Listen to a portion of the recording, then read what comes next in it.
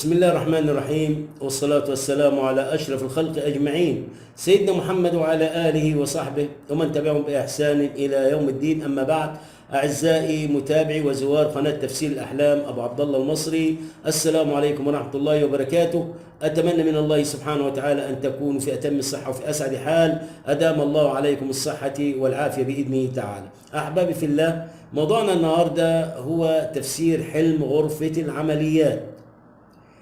هذه الرؤيا فسر كثير من العلماء من رؤية غرفة العمليات أنها تشير إلى أن الرائي سوف ينال الخير في حياته.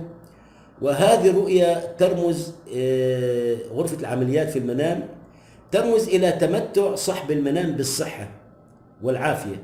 وغرفة العمليات في المنام دليل على وجود بعض الأسرار. غرفة العمليات في المنام بتدل على إيه؟ وجود بعض الأسرار في حياة الرائي. هذه الأسرار مخبأة، ولكن الأيام القادمة تختلف في هذه الأسرار. سوف يتم افتضاح هذه الأسرار والعياذ بالله.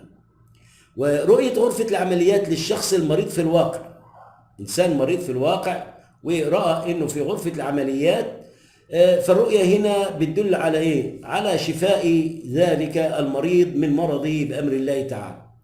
أيضا هناك دلالات أخرى عن رؤية العمليات الجراحية.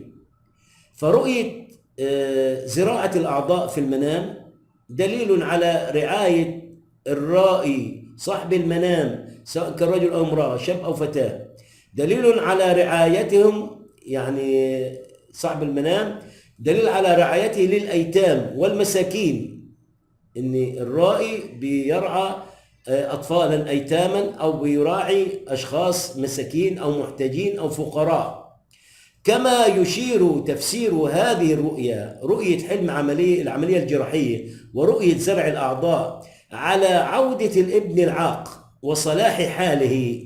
يعني كان الشخص ده رجل متزوج ومعاه أبناء وفيهم ابن عاق، ورأى هذه الرؤية، فالرؤية تبشر بعودة هذا الابن الطريق الصحيح وحاله هينصلح في الأيام القادمة بأمر الله تعالى. ورؤية الأدوات بتاعت الجراحة، رؤية الأدوات الجراحية في المنام دليل على شعور صاحب المنام بالحزن الشديد نحو أمر معين، اتجاه حاجة معينة، بيشعر الرائي في الواقع بحزن شديد. وتشير رؤية فريق عمل الجراحة، يعني الأطباء، تشير رؤية فريق العمل بالمستشفى في المنام دليل على حدوث تغيرات.